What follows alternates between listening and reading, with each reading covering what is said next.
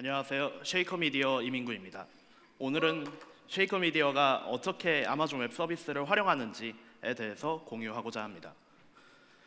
이제 시작하기에 앞서서 여기 계신 대부분의 분들이 이제 쉐이커를 잘 모르실 것 같은데 간단하게 설명을 해드리겠습니다. 쉐이커는 모두를 위한 영상 제작 플랫폼입니다. 애플이나 구글이 앱스토어를 통해서 재능 있는 개발자와 사용자를 직접 연결을 해주었다면 쉐이커에서는 재능 있는 디자이너와 사용자를 직접 연결해서 영상 제작을 쉽게 도와주는 플랫폼입니다. 중소기업 혹은 소상공인들이 이제 영상 제작을 멀리하는 이유가 바로 비용이라고 할 수 있겠는데요. 쉐이커에서는 영상 제작을 무료로 하고 영상이 마음에 들 경우에 업그레이드를 통해서 워터마크가 제거된 버전을 다운로드 하실 수 있습니다. 보통 이제 영상 제작하면 굉장히 어려운 편집 프로그램을 이제 생각하실 텐데요. 쉐이커닷컴에 들어가면 웹 브라우저에서 바로 영상을 보면서 편집할 수 있는 이런 에디터가 준비가 되어 있습니다. 그래서 미국의 로컬 자동차 딜러부터 한국의 커피숍까지 굉장히 많은 고객분들이 쉐이커를 사용하고 계신데요. 쉐이커를 이용해서 제작된 고객님들의 영상을 잠시 감상하겠습니다. 어이구.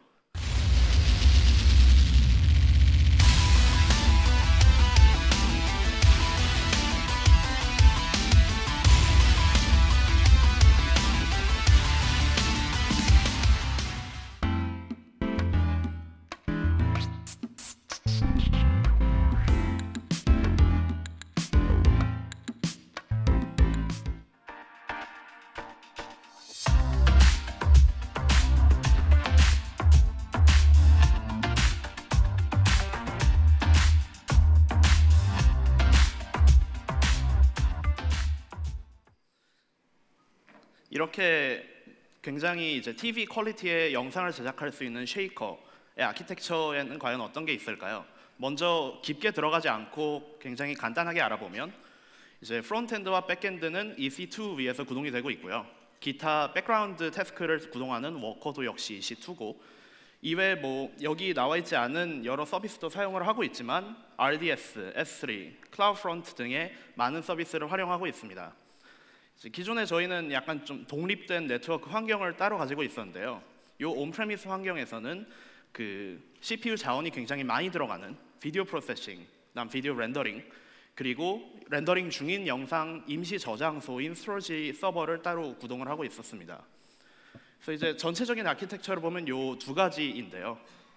이제 웹 서버, 데이터베이스, 콘텐츠 등 굉장히 모든 전 세계에서 네트워크 대역 보기 중요한 서비스의 경우에는 초기 저희가 2010년에 창업을 했는데 그때부터 AWS를 사용을 했고요. 비디오 처리 및 렌더링은 온프레미스 서버를 이용해서 진행을 하였습니다.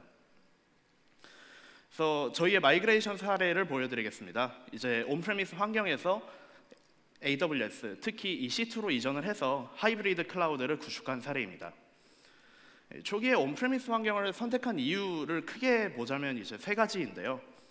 비디오 처리를 할 때 이제 굉장히 많은 컴퓨팅 자원이 필요하고 보통 아마존에서 일반적인 뭐 웹 서비스 워크로드를 만든다면 T2.micro 하나로 시작해서 굉장히 유연하게 스케일이 가능했던 반면에 런칭 당시에는 이제 옵티마이즈드 인스턴스 수가 굉장히 적어서 그때는 이제 지금 같은 경우는 C3, C4도 나왔지만 C1 미디엄 인스턴스밖에 없었거든요.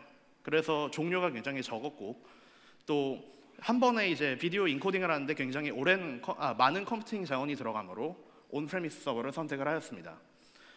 하지만 이제 하드웨어 노후화에 신경이 쓰이기 시작했고 증가하는 수요에 물리적인 하드웨어로 대응하는 것은 한계가 있었습니다. 서버를 구매하고 그 서버를 이제 또 저희 데이터 센터에 넣고 하는 이런 비용 자체가 굉장히 높았기 때문에 이제 AWS를 다시 보게 되었는데요. 또한 저희 S3 클라우드프론트를 비롯한 굉장히 많은 AWS의 서비스를 사용하고 있기 때문에 그리고 이제 AWS가 지속적으로 가격 인하를 하기 때문에 AWS로 이전을 결심하게 되었습니다. 그래서 온프레미스에선 이렇게 세 가지 타입의 서버를 구동하고 있었습니다. 비디오 프로세싱, 렌더링, 스토리지. 그것을 이제 AWS로 옮길 때는 C3와 최근에 런칭된 C4를 비롯한 옵티마이즈드 인스턴스와 그리고 기존의 서버를 통해서 독립적으로 진행됐던 영상 저장을 S3로 이전을 하게 되었는데요. 이 C2를 보면 지속적인 인스턴스 타입의 추가를 통한 최적의 인프라 구성을 지원을 해서 또 오늘 보니까 이제 G2 4X라지, 8X라지 이런 새로운 인스턴스 타입이 추가가 됐더라고요. 그래서 굉장히 이제 빨리 변화하는 저희의 니즈에 부합을 할 수 있었고 또 하드웨어 노후화 걱정도 덜게 되었습니다.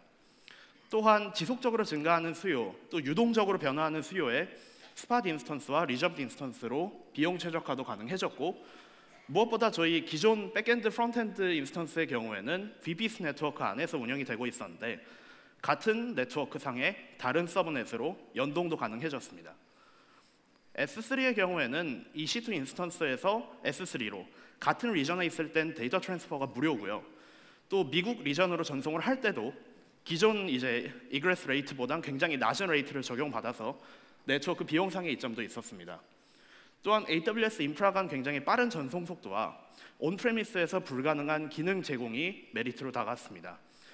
특히 이제 오브젝트 라이프사이클 매니지먼트 같은 경우에는 저희가 이제 굉장히 오랫동안 사용하지 않고 있던 영상 파일들을 제거를 하거나 아니면 글레이시어에 아카이빙을 해야 될 때 오브젝트 라이프사이클 매니지먼트를 사용하면 코드도 하나도 짜지 않고 365일 이후에 글레이시어로 옮겨라 라는 룰을 적용해 놓으면 아마존이 알아서 처리를 해주기 때문에 굉장히 편리하였습니다.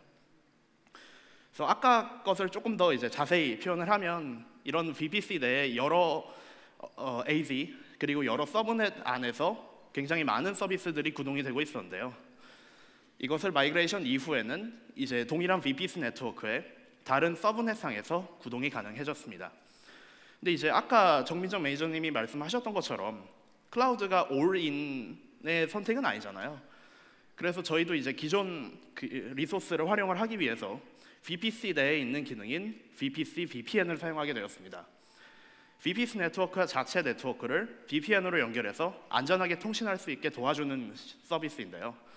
이제 이런 식으로 아마존 VPC 관리 콘솔에서 VPN 설정을 이제 추가한 이후에 컨피그레이션을 다운받으면 사용하고 있는 라우터, 가령 시스코 뭐 이런 굉장히 여러 가지 라우터의 설정 파일을 바로 다운받을 수가 있었습니다.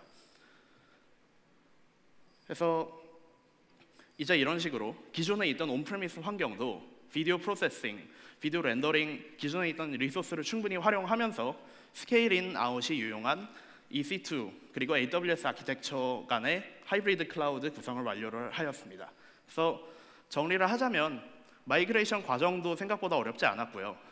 유연하게 증가하고 감소하는 수요에 효율적인 운영 및 관리가 가능해졌고 또 기존 온프레미스 자원도 활용이 가능해졌습니다. 그래서 대부분의 기업의 니즈에도 충분히 부합할 것으로 생각이 됩니다. 제 발표가 많이 도움이 되길 바라며 이만 발표를 마치겠습니다.